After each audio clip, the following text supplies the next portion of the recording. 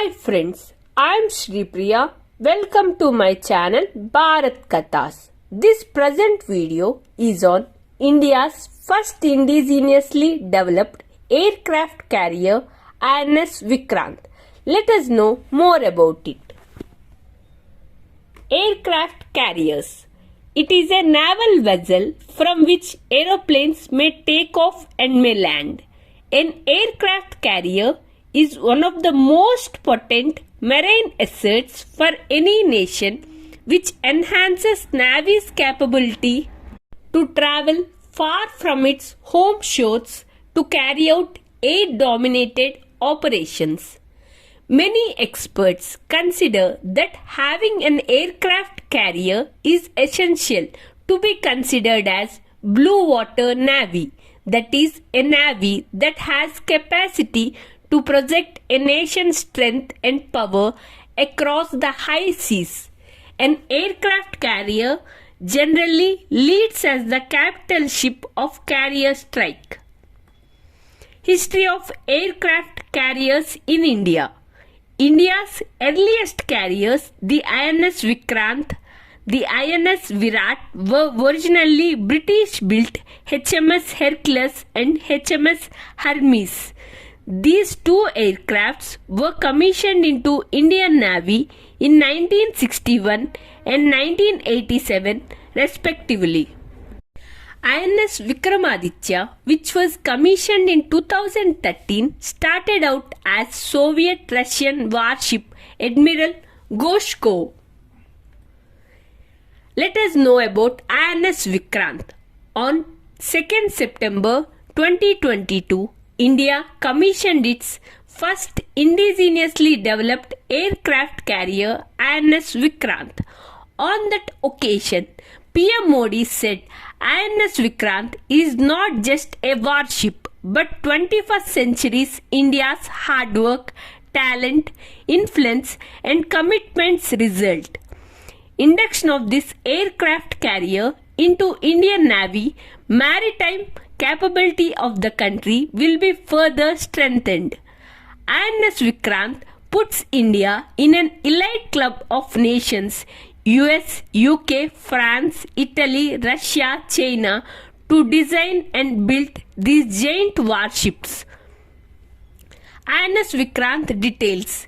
Its weightage is 45,000 tons. The technology used is Tauber, short takeoff but assisted recovery. It is 76% indigenously developed at Cochin Shipyard Limited. Let us know about INS Vikrant equipment, amenities, apparatus on board. The INS Vikrant is 262 meters long and 62 meters wide, making its flight deck bigger than 2 football fields. The aircraft carrier displaces around 43,000 tons when fully loaded, with a maximum design speed of 28 knots with endurance of 7,500 nautical miles, which is equivalent to around 14,000 kilometers. The 18-floor high ship has close to 2,400 compartments designed to house 1,600 strong crew. It also has specialized cabins to accommodate women officers and sailors. The aviation hangar is as big as 2 Olympic-sized pools that accommodate around 20 aircrafts.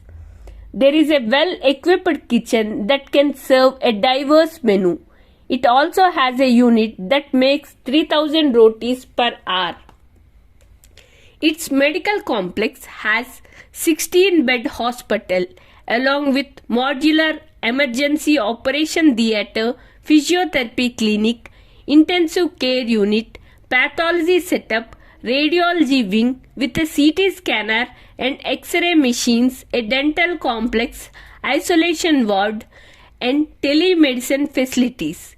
In its fully operational mode, the carrier will have an air wing consisting of 30 aircrafts comprising of Russian origin carrier capable MiG-29K fighter jets and airborne early warning control helicopter Camo 31 helicopters, US origin MH-60R multi-role helicopters in addition to homegrown advanced light helicopters and light combat aircraft.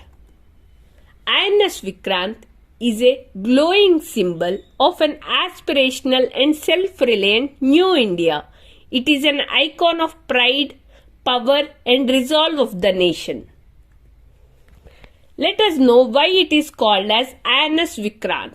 The name INS Vikrant originally belonged to India's much loved first aircraft carrier, a source of immense national pride over several decades of service before it was decommissioned in 1997.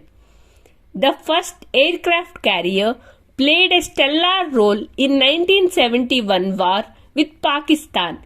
In the memory of it, we named our indigenously built aircraft carrier as INS Vikrant. Limitations of aircraft carriers. Import dependence. Warship has three components: float, move and flight. In flight, only 90% of the components are indigenous. In move, only 60% of the components are indigenous. In fight, only 30% of the components are indigenous. Second, cost and time overruns. INS Vikrant was to be inducted by 2017, but it took 5 more years to commission it. INS Vikramaditya was inducted into service more than 10 years after it was purchased. Old technology. Currently, the Navy employs 15 conventional submarines, each of which requires braking surfaces to charge its batteries. This doesn't have an air-independent propulsion system. As per our geopolitical ambitions and threat from countries like China and Pakistan, this lone aircraft carrier is not sufficient. We require many more in short span of time. Even Parliamentary Committee on Defence and other experts also cited the need for more aircraft carriers. Let us take pride in our scientific achievements and be grateful and thankful for the scientists and others who work tirelessly